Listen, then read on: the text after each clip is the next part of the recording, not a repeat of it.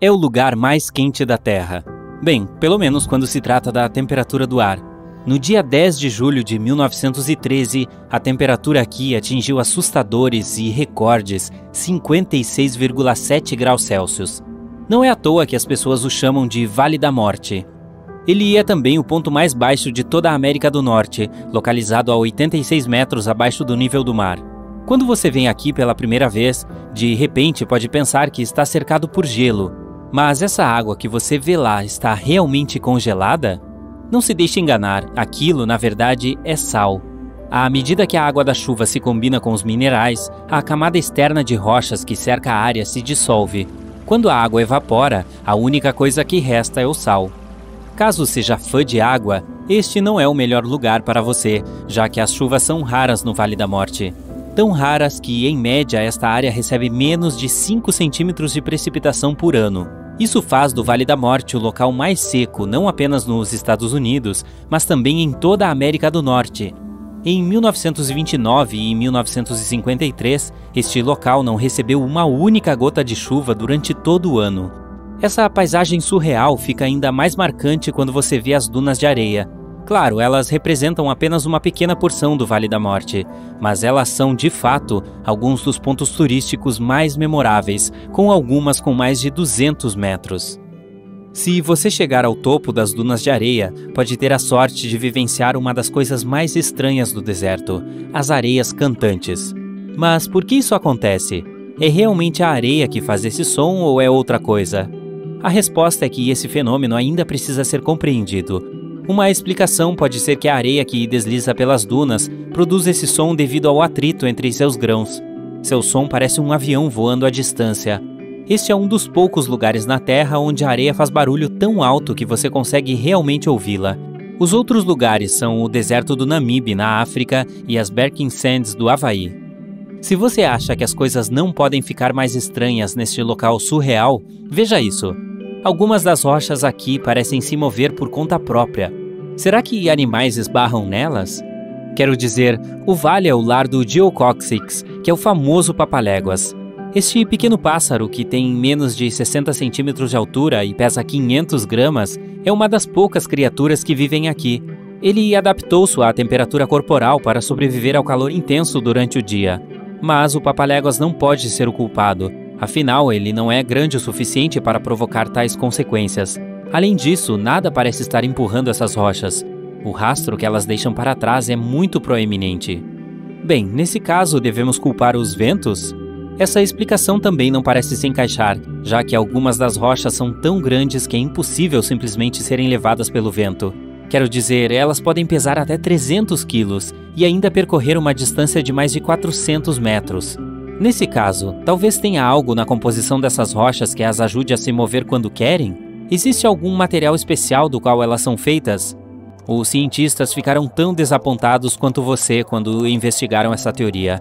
Não há nada de único na composição dessas rochas. São apenas pedras comuns, compostas principalmente de dolomita e granito. Elas eram anteriormente parte de penhascos e afloramentos locais que simplesmente caíram. De qualquer forma, os movimentos das rochas têm intrigado pesquisadores desde sua descoberta no início do século XX. Ainda mais curioso é que, dependendo da forma das rochas, seus trajetos parecem ser diferentes. Enquanto as rochas com a base áspera formam trilhos retos, as de base lisa parecem vagar. Os pesquisadores tentaram descobrir os múltiplos movimentos das rochas e como elas formam esses rastros de muitas maneiras diferentes, observando o local com a ajuda de câmeras de vídeo. Eles também criaram uma estação meteorológica dedicada no local e até colocaram dispositivos de rastreamento GPS em algumas das rochas. A outra pergunta: por que algumas dessas rochas se movem juntas?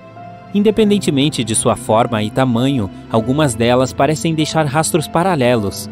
Parece que estão seguindo na mesma direção, fazendo as mesmas voltas e curvas enquanto se movem. Não parece que essas pedras estão indo para a mesma festa? Somente em 2014, os cientistas conseguiram realmente capturar o movimento das rochas em filmagens. Até então, ninguém as tinha visto se movendo. As pessoas ficavam intrigadas com o mistério dos rastros deixados para trás. Com a ajuda de fotografias em time-lapse, o que basicamente significa tirar fotos do mesmo quadro por algum tempo e depois reproduzi-las como um filme, os cientistas finalmente descobriram o que estava por trás do movimento misterioso. Então, realmente tinha algo a ver com animais ou com o vento? Ou era alguma outra força misteriosa que estava empurrando as rochas pela paisagem vazia? Bem, a resposta não é tão simples quanto você imagina. Tudo se resume a uma combinação de chuvas, mudanças rápidas de temperatura e um pouco de vento.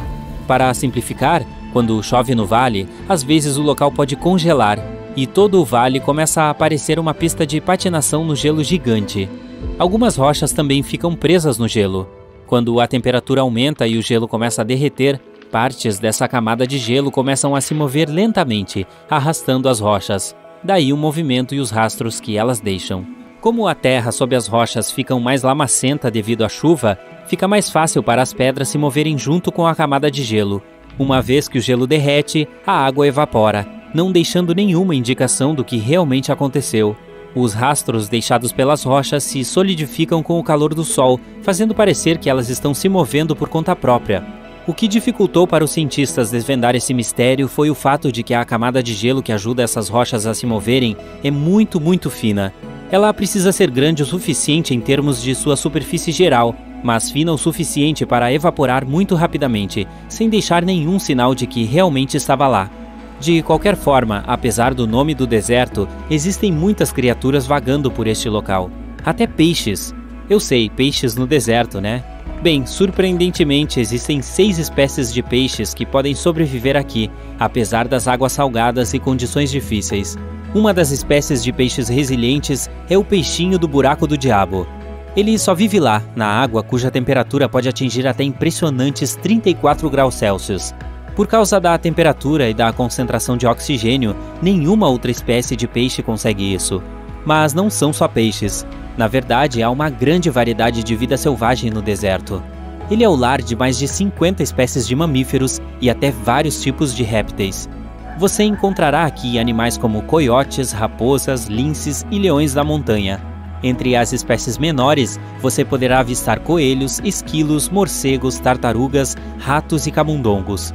Alguns dos animais que vivem aqui precisam se adaptar às condições adversas e criaram soluções realmente criativas, como a lebre, por exemplo. Ela usa suas grandes orelhas para ajudá-la a se refrescar durante o intenso calor do verão. Os ratos canguru também têm um truque único na manga. Eles podem sobreviver quase sem água. Como? Podem obter toda a água que precisam dos alimentos que comem. Outras criaturas, como tartarugas, usam a hibernação. Por até 9 meses por ano, elas descansam para se proteger das condições extremas do deserto.